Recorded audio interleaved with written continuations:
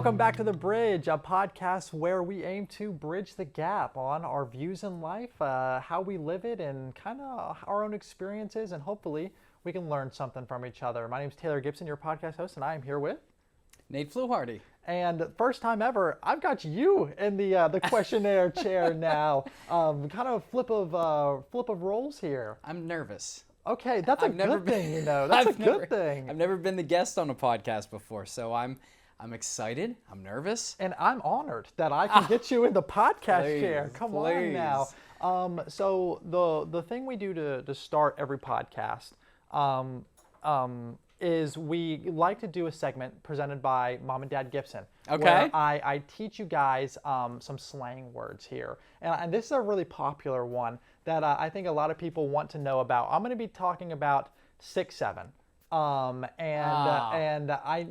First of all, we need to know what you believe that even means, what it stands for, and we'll go from there. Okay. I have a 6-year-old. He's soon to be 7. Yes. So of course I'm familiar with the realm in which this is starting to happen. I still have no idea. Yeah. And the fact that I kind of leave it at not knowing kind of keeps my cool with my soon to be 7-year-old. Yeah. He said, "Daddy, do you know what this means?" And I said, "No." All right. And I could see the wheel. He kind of liked that. Yeah. Kind of liked that. Yeah. So, and then he was like, "Do you want to know?" And I said, "No." And he goes, "Okay." All right. So I hit a nerve. I still have no idea. Okay. I hope it's something good. Yeah. So or at least not awful. So there's a couple answers here for you. There's an answer that is more logical, and then there's an answer that just doesn't really, the real answer just doesn't make a lot of sense. What I have kind of interpreted it to mean, and the way I use it, if I use it, because I'm not just using the word, I'm not just using 6'7" all the time. It's to like say something is like mid, or it's like, oh, if you were to rate something 6 or 7, like it's just okay. Oh, wow, that's you know what I mean? It's very simple. Or the real interpretation of it is, do you know back maybe just a couple years ago when the super viral meme came out where it was like 21? Do you remember the 21 meme? It was a super viral thing. Do you not know the 21 meme? Oh my goodness, you don't know the 21 meme. No, I don't think so. There was a super viral video of this kid. Should I preface this and tell your viewers, like, I am just a step above Amish, right? I mean, I was the last one of my friends to get a Facebook. Okay. I was the last one to get a Twitter or X.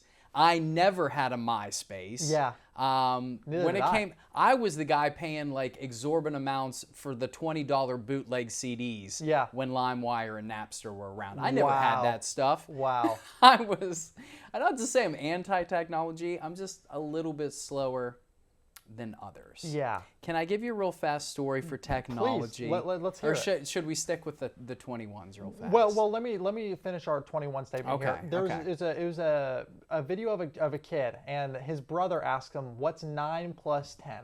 And the kid just says in a super funny, like his voice kind of cracks, and he says, 21. And obviously the wrong answer. He said it immediately. Obviously the wrong answer, and it's not supposed to be that funny.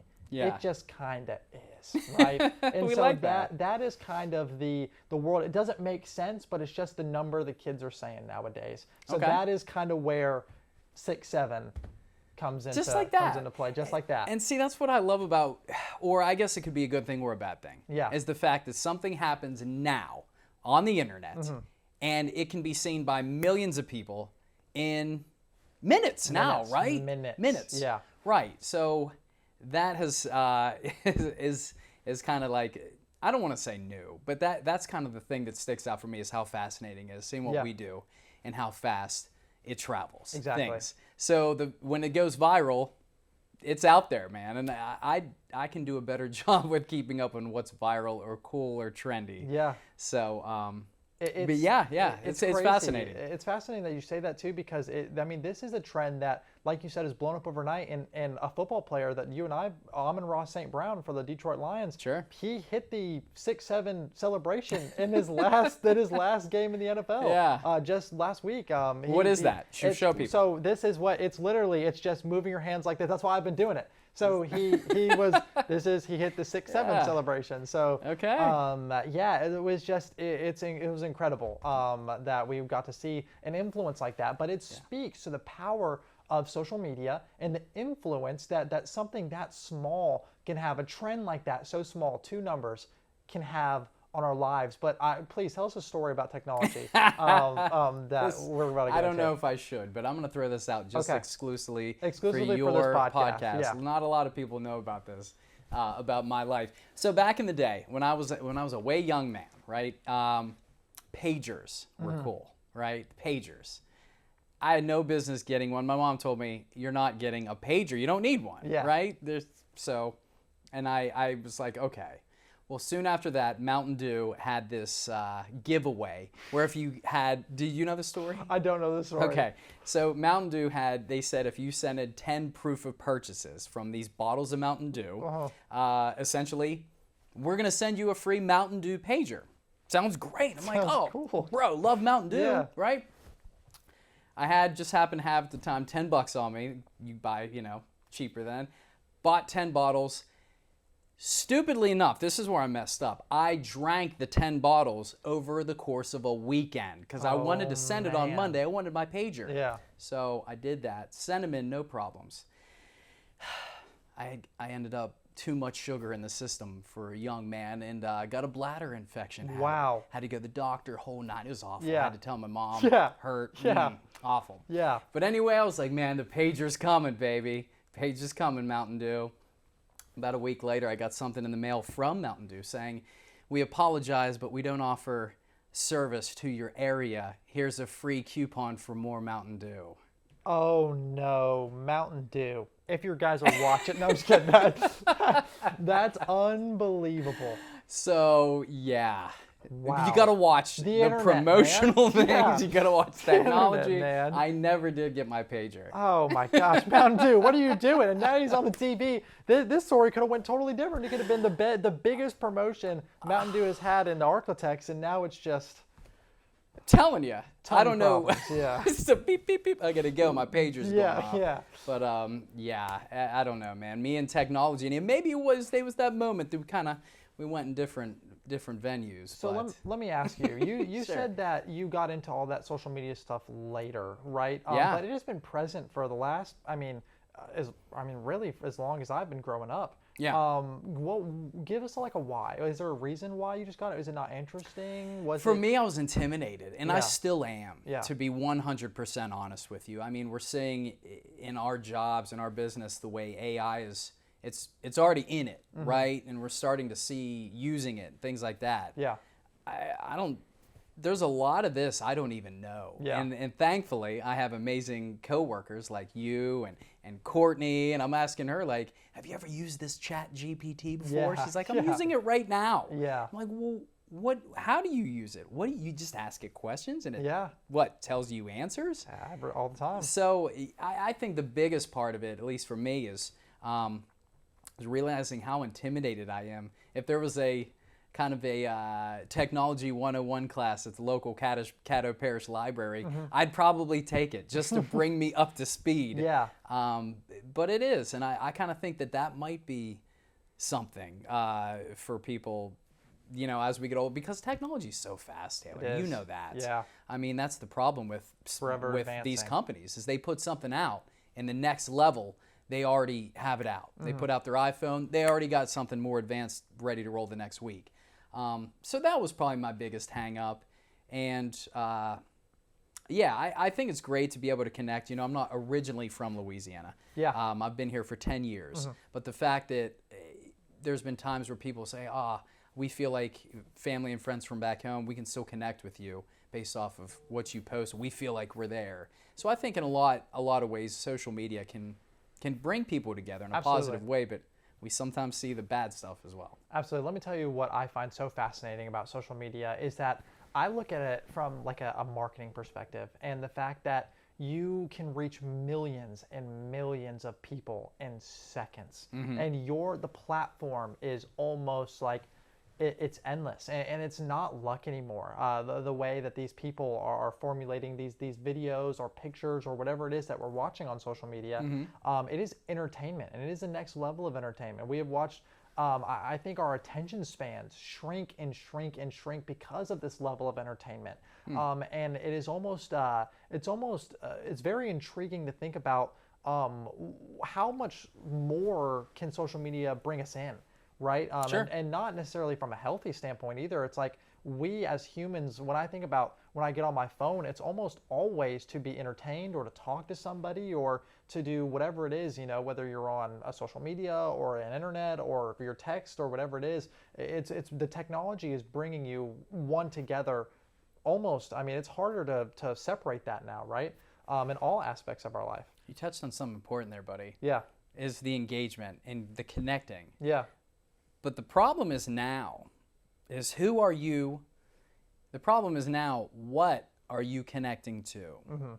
I just saw this week that a factory was busted for bot farming. Are you familiar? Yeah. So it was 10 million of these bots were busted in this one factory. Yeah. Right? And it was this Chinese-backed firm and yada. The details are on the side. Yeah. But the fact is that there were 10 million of these people on the internet that weren't people at all. Yeah. And this is the thing here. I think this is the thing that jumped out for me. These are not people, right? These are created bots. Absolutely, yeah. But so many people don't know that. Oh yeah, and you know how hard so many it is. people engage with that. And you got to think too, when we see these comments under the Facebook posts or these replies on Twitter, and we get so angry at that person for saying the most obnoxious and awful thing, guess what? It's most of the time, it's not even a person. Yeah. And I am just starting to realize that. Yeah. And I think that if there would be more that we could get out there, that would be a big thing. It's because all that hate that we talk about in the world and on social media, it's probably not even coming from people. Yeah. I mean, it is in regards, but that's wild to me. It is wild to think about. And it's wild to think about, like, there's a real chance that we may never know. We have probably interacted with, there's probably almost everybody in this station has interacted with some form of bot, not knowing that it was a hate comment or whatever it is. And I think that you see that so much nowadays. And there's no way you can really tell, because especially if you're just viewing something and it's just a sentence, right? Really in a comment section. It could be, you're terrible at your job, or, it could be anything like that. And immediately you're not thinking, oh, that looks off. You know what I mean? That's not something, it's just something normal someone would say. And so that is scary to think that there is a part of that. But I also think that the more that I watch AI and I watch the way people view AI, I almost think that we are going to flatline here pretty soon and how far AI is really going to take us. And I think it's a lot of people are not giving into this AI, mess as we think. Now, it is getting harder and harder to tell what is AI and what isn't AI. That's not what I'm debating here. But I think it's more so people, I don't think a lot of our jobs are going to start getting totally replaced with AI. That's just not, people don't want to see that. People don't, us as humans, we are still the consumers. You know what I mean? Sure. And we want to consume from humans. We don't want to consume from AI. And I know that as businesses, it may be whatever it is to make it easier. But I think that as humans, I've seen the trend there being, we don't want it to go that way. And so we're not going to interact. I've seen videos on the internet that have looked, and we know that are AI, and I've seen people in the comment sections, more comments than likes, and it'll be people, the first comment will say, don't interact with this to help stop AI art or whatever, because artists are having such a hard time competing with this type of stuff. Sure. So there's real movements when it comes to this type of stuff. And then this is just going to be another normal thing where people are stop using AI. And are you going to be for AI or against AI? And that's going to be the next big topic of discussion that comes up over the next couple of years, I feel. I hope you're right. I hope you're right. Yeah. You show optimism. Yeah. That's good. I mean, I wish, I hope that's the case. And when I say that, today Bill Gates, they put out a question or a question and answer from Bill Gates, and he was talking about AI, and he said that he sees AI helping us so much in a way that whoever is basically working Monday through Friday right now, that AI is going to help them so much that they're only going to have to work 2 days a week, and that AI is going to help them with the heavier tasks, and everything's going to be great. Mm-hmm. That sounds perfect, right? Yeah. We want to work less. We want to scale things back. But are American companies, are these Fortune 500s going to maintain a workforce at those levels, only, paying workers for a 5-day week and only working 2? Yeah. Come on now. History, based on history, that is not going to happen. Now, Bill Gates, I'm sure he's got some skin in the game when it comes to AI, but it's very unlikely. Now, I think right now we're on very early. I was going to say we're heading to first base. Yeah. And what is going to be definitely 5 or 6 laps for this AI revolution. And it's really tough to tell, Taylor. It really is. You brought up the point that some of these artists are giving pushback. Mm-hmm. That's great. That's important because there needs to be some lines drawn. Yeah. Obviously, if these companies are able to go punch in, we want to see The Rock jump off Mount Everest with an eagle on his shoulder, and they can punch that up, and it gets drawn up in 15 seconds, and they're going to use that in a movie, man, what's The Rock going to get? Yeah. That's not fair, right? And so there definitely needs to be some lines drawn for all of us. Yeah. For all of us. And it's going to be interesting to see. I hope that you're right. I hope AI is more of a tool to help.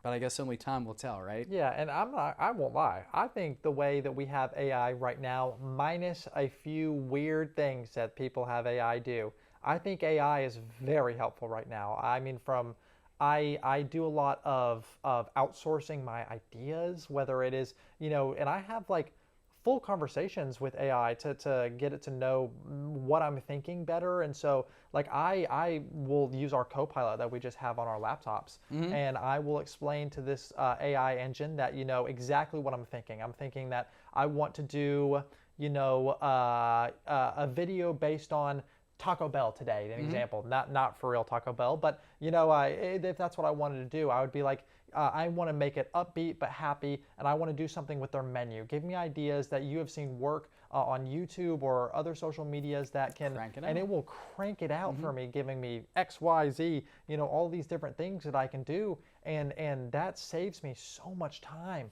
But that's what I love about you, bro. You're a positive guy. Yeah. You're a positive, upbeat guy. Yeah. But, I can't think of a job that won't be replaced by artificial intelligence or can't be replaced. Yeah. I started thinking too, like a lot of people, like what if a plumber or an HVAC person, those are jobs on site, right? Mm-hmm. Well, this plumber last week, I saw him. He said that in his 2 decades of working, he wasn't able to come up with a piece he didn't know, so he asked AI. It looked at it through his phone. It diagnosed the problem. It ordered the part for him and had it ordered that day. Yeah. And it was like, wow. So there's just a lot to it, and it's going to be interesting. I know I need to brush up. Absolutely. On my computer skills. Absolutely. And guys, it has been so great. Thank you for joining us as always. Catch all of our powerful reporting and exclusive insight at KTBS. Plus, we dig into deeper stories shaping our community. Find all of our podcasts wherever you get your favorite podcasts on stream now or at ktbs.com/podcast. Thank you again for watching us, and tell somebody you love them. Have a great day.